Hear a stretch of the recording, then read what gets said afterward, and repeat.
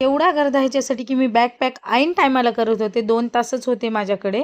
तर अचानक शॉपिंग ही करायची होती, कारण माझा अचानक भावाच्या तिळाच्या म्हणजे सुपारी फोडण्याच्या कार्यक्रमाला जायचं ठरलेलं. तर आहे तशा अवतारामध्ये निघालोत आणि पाऊस म्हणताना तर एवढा पाऊस होता, अक्षरशः आम्ही ज्या डेस्टिनेशनवर पोहोचत नाही तोपर्यंत पाऊस होता.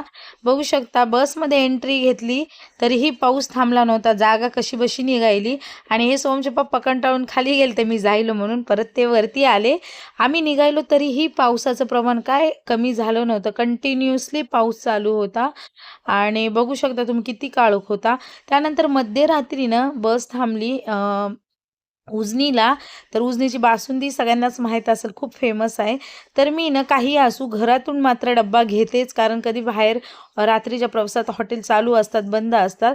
तर उसळची भाजी आणि चपाती घेतली होती आणि नंतर ना बासुंदी आणि ही खिचडी आम्ही ऑर्डर केली होती. खिचडी मस्त स्पायसी होती आणि छान होती चवीलाही.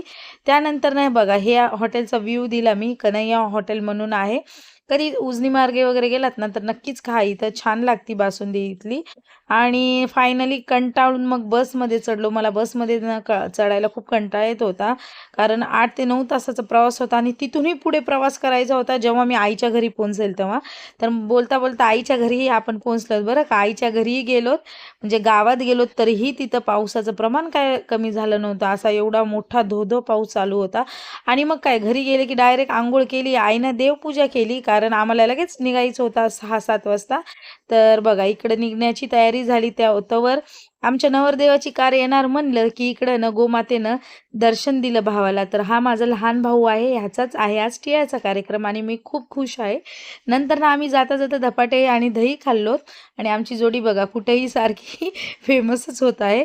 त्यानंतर ना नवरदेवाचा मेकअप झाला आणि मग कार्यक्रमाला सुरुवात झालेली आहे. हा आहे माझा भाऊ आणि ही त्याची गोड अशी बायको. तर ह्यांचा दोघांचा होता सुपारी फोडण्याचा कार्यक्रम, म्हणजे ऑफकोर्स टिळाचा कार्यक्रम. दोन्हीकडच्या मामांनी सुपारी फोडली आणि ह्यांच्या नात्याला एक छान असा टॅग लागलेला आहे. तर तुमचे सगळ्यांचे गोड आशीर्वाद माझ्या भावाला आणि माझ्या भावाच्या बायकोला नक्कीच द्या. आणि ह्या दोघांनी एकमेकांना इकडं काहीतरी गिफ्ट दिलं, पण तिचं माझ्या कॅमेरामध्ये कॅच झालं नाही, पण ह्यानी जे दिलं ना ते कॅच झालं आणि लगेच आम्ही दुपारी तिथून लगेच निघालो. चला बाय.